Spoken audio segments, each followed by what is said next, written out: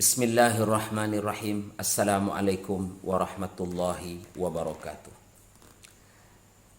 Bapak, Ibu, Encik dan Puan yang dirahmati oleh Allah Subhanahu wa taala.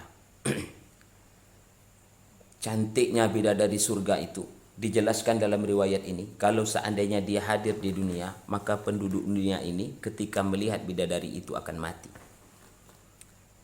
Dalam kitab yang sama, kitab At-Tazkirah halaman 458, juga dijelaskan oleh Al-Qurtubi di dalam kitabnya Fil Jami' li Ahkamil Quran. Riwayatnya berbunyi, wa dzakara Al-Khatali Abul Qasim qala haddatsana Ibrahim bin Abi Bakar haddatsana Abu Ishaq haddatsani Muhammad bin Salih qala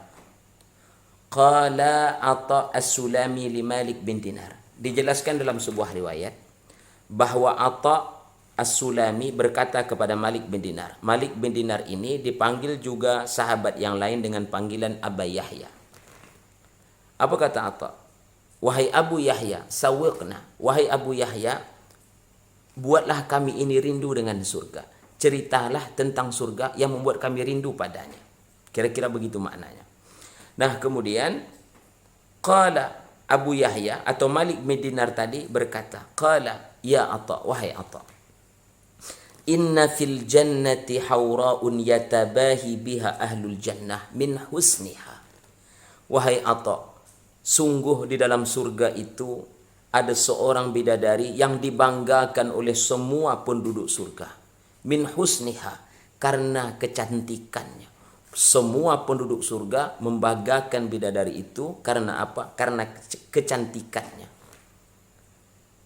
Lalu Abu Yahya berkata lagi, laula anna Allah kataba ala ahli jannah alla yamutu lamatu an akhirihim min husniha. Kalaulah seandainya Allah tidak mentakdirkan bahwa penduduk surga itu tidak mati. Artinya begini, bahwa kematian itu hanya terjadi di muka bumi. Di dalam surga nanti manusia tidak ada mati-mati lagi. Hidup terus menerus. Nah, sekarang dalam riwayat ini, kalaulah seandainya Allah menetapkan kematian di dalam surga, maka ketika penduduk surga itu melihat bidadari itu, lamatu, maka mereka akan mati min husniha, karena melihat kecantikan bidadari itu. Itulah yang diceritakan oleh Malik bin Dinar atau Abu Yahya kepada Ata. Karena Ata minta kepada Abu Yahya, buatlah kami rindu kepada surga.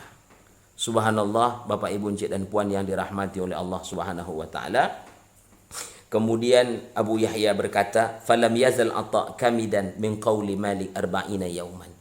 Artinya, setelah mendengar penjelasan tadi, terngiang-ngiang di hati Ata, di perasaan Ata tentang bidadari yang diceritakan tadi selama 40 hari.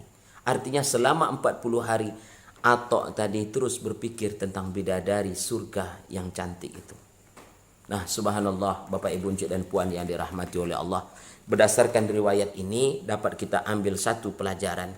Kalaulah seandainya bidadari di surga itu Allah hadirkan di muka bumi ini, maka kita akan mati melihatnya karena kecantikannya.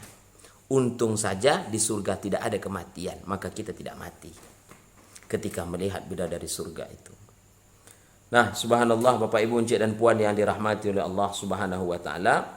Kemudian Ibnu Mubarak berkata, Ibnu Mubarak juga berkata dalam hadis dari Ibni Mas'udin qala, kata Ibnu Mas'ud, innal mar'ata minal huril in la yura mukha saqiha min wara'il lahmi wal 'azam wa min tahti sab'ina hullah kama yura asyurabul ahmar fi zujajatil bayda.